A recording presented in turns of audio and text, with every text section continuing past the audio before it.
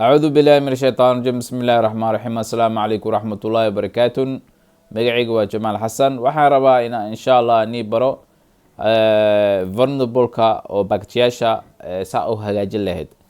package kasto oo hadda inta ka muuqdo dev dependencies-ka iyo dev dependencies-ka wuxuu wataa package-yaal kale oo wataa marmar waxaa arkaysaa package-kan inta kasoo qabo oo مثلا kasoo qabo ani package-ka waxaan isticmaalayaa oo la dhahay WordPress script obviously package-yaal badan meesha ku jiro wuxuu wataa package-yaal kale ayuu sii wataa because of dadka sameeyeen ayaa package-yaal kale isticmaaleen package-yaashaas oo kale isticmaaleen ayaa waxaa leeyahay vulnerable okay sidee hagaajinaysaa ayaan tusnaa iyo even hataa any kind of vulnerable oo la kulantiisa uga hagaajin lahayd just haddaan ni tusiyo wayga aan isticmaalayo stepkaas le maraysaa because package-kan haddaad arkaysa WordPress script-ka kan ugu dambeeya waay so marka obviously hadda waxa aan arkayna mar hore waa arkay problemka waa ni tusnaa problemka meesha oo ku jiro reason why kan aan ishaaro waxay tahay problemka intuu ka imaanaya because mar hore ayaan arkay so like hadda arkayna sida anigu arkay oo u fahmay inuu meeshaan yahay anyway ko markii package-kan soo obviously package-ka waxaan kasoo qaatay GitHub-ka oo because aniga meesha oo ku xafidayo application-ka oo aan dhisayo meeshaas waaye markii soo qaadanaysid git clone daysid kuma jiro node module wax laayo obviously kanne ma la geliyo because of obviously waa git-ka waa barateen amaleena haddaa baranin waxaa waaye obviously waa helaysin qof Soomaali casharooyin oo git-ka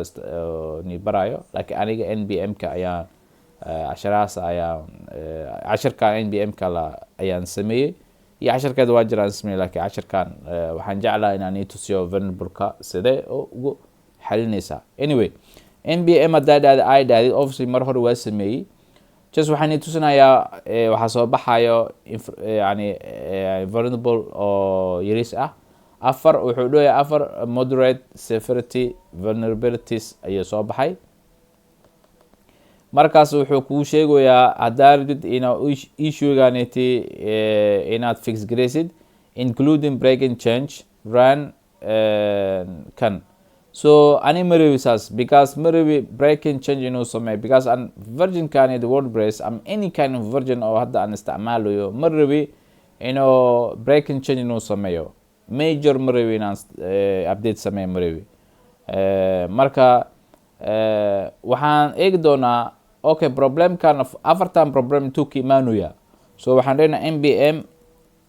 audit ayaan dhahayaa audit-kan wuxuu i tilmaamayaa hadda audit fix dhaho fiiri NPM audit fix daan dhaho marmar wuxuu ku sameynayaa marmar qaarkiisa inuu ku fix gareeyo issue-ga hadduu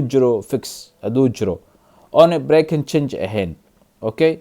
laakiin hadduu breaking wax oo haddii oo latest application wadatid meeshaaniti oo application-kaasiti oon wax isbedelaynin obviously NPM UDIG fix-kan wax makuu tarayo laakiinse waxaa jiro mid haddaad ka bixisid kan NPM UDIG haddaad dhahdid just wuxuu kuu sheegayaa application-ka ama problemka meesha ku jiro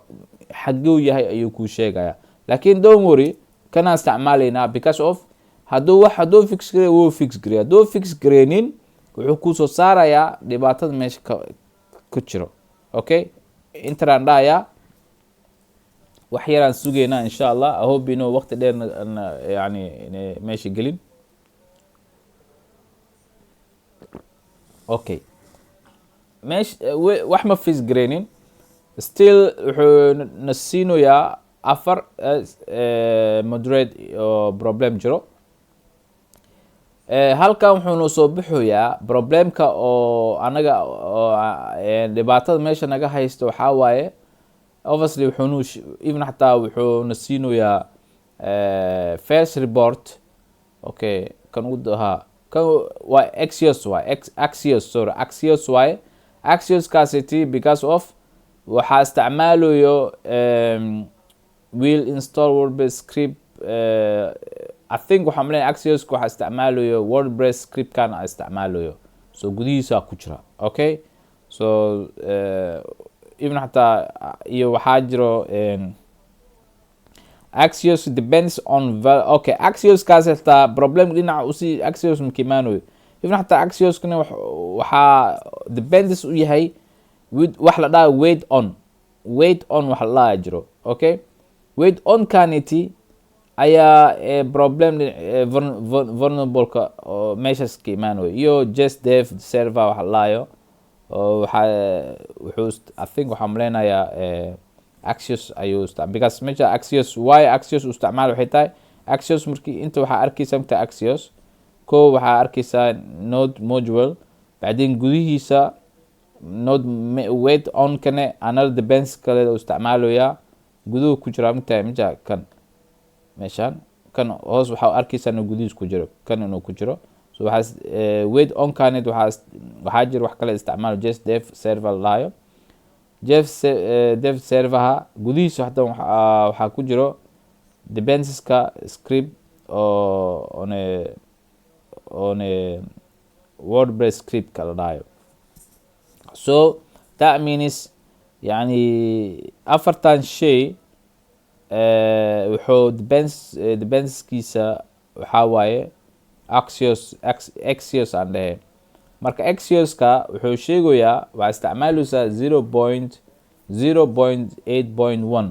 so hadda waxaa jira 1.5.1 ayaa jiro so marka sidee u hagaajinayna haddaan dhahno badnaan dad waxaa jira because inta mujida ku jiro Axios dhan ma isticmaalayo haddaa aragtaan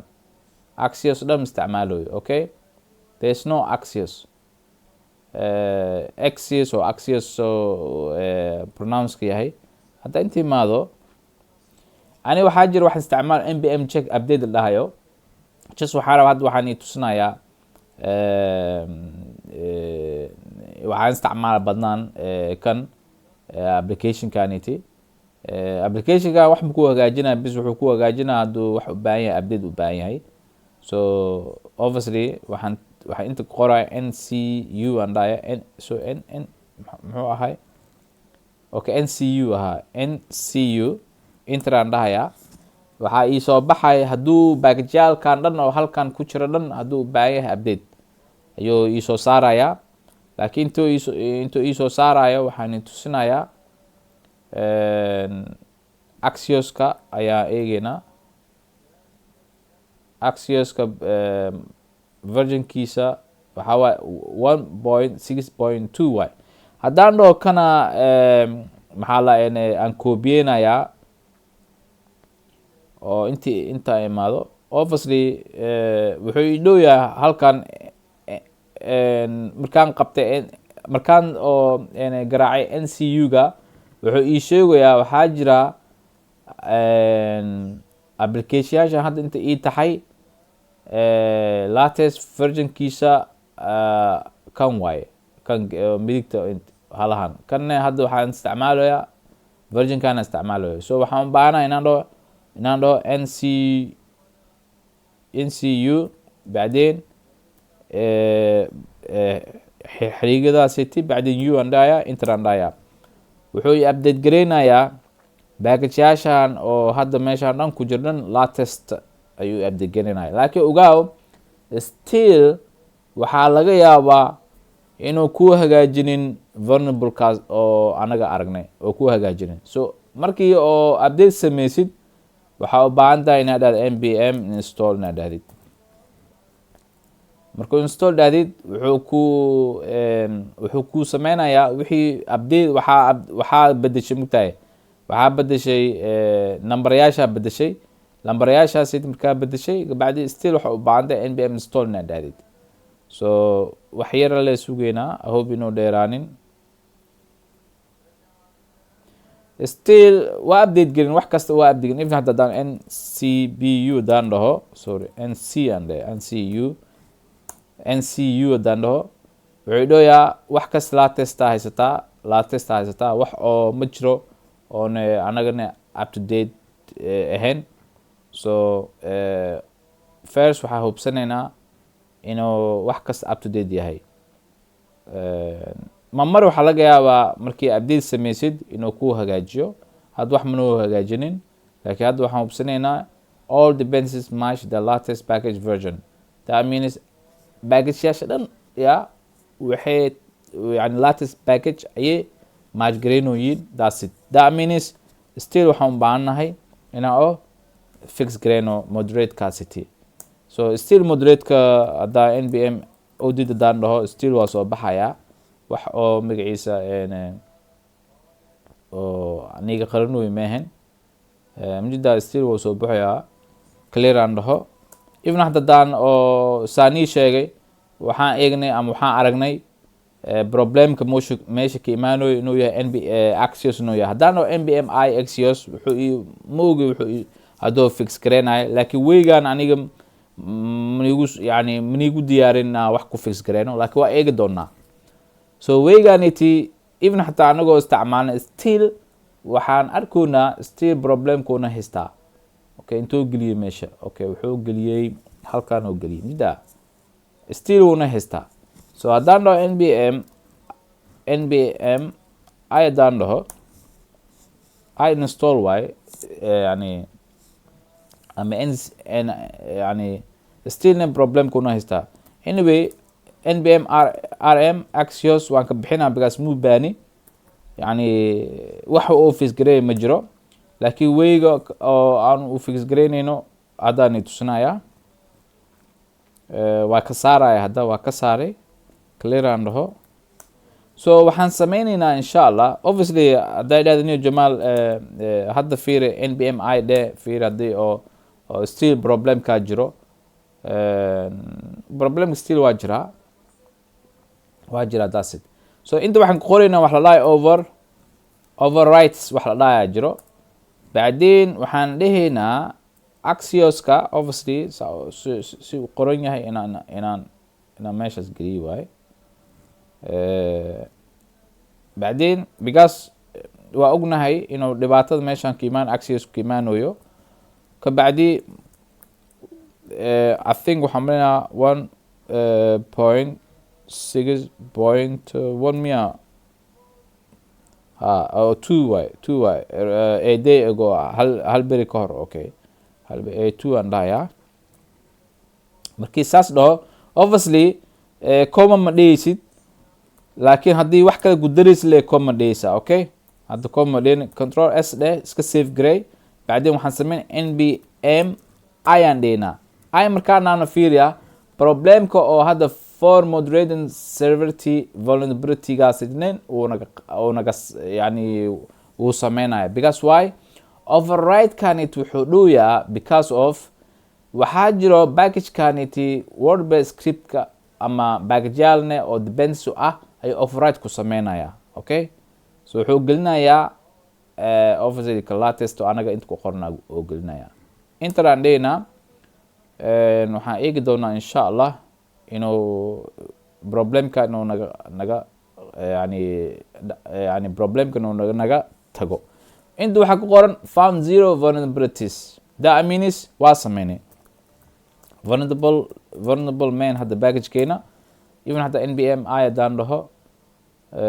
I waa install lasoo gaabi waaye. that means found 0 vulnerabilities. that means waa hagaajinay. marka saasaa loo hagaajiyaa. waxyaala qaarkiis waxaa jira obviously oo wordpress script-kaniti obviously meeshuu ka imaada mugtahay oo if xataa adigoo latest isticmaalaysid, laakiin latest-kaasiti waxaa jiro magaciisa shirkadda oo ama dadkane waxaan ay sameynoyiin oo hagaajinaa jiro. so marka override-kan ayaa isticmaalaysaa. Okay, hadda waa aragteen waa hagaajiyey alxamdulillah. cashirkan halaan ayaan ku dhammeynaya because ma rabno hadalkan ay sii badnaato. wixii su-aal waa i weydiin kartiin. assalaamu calaykum waraxmatullaahi wabarakaatu.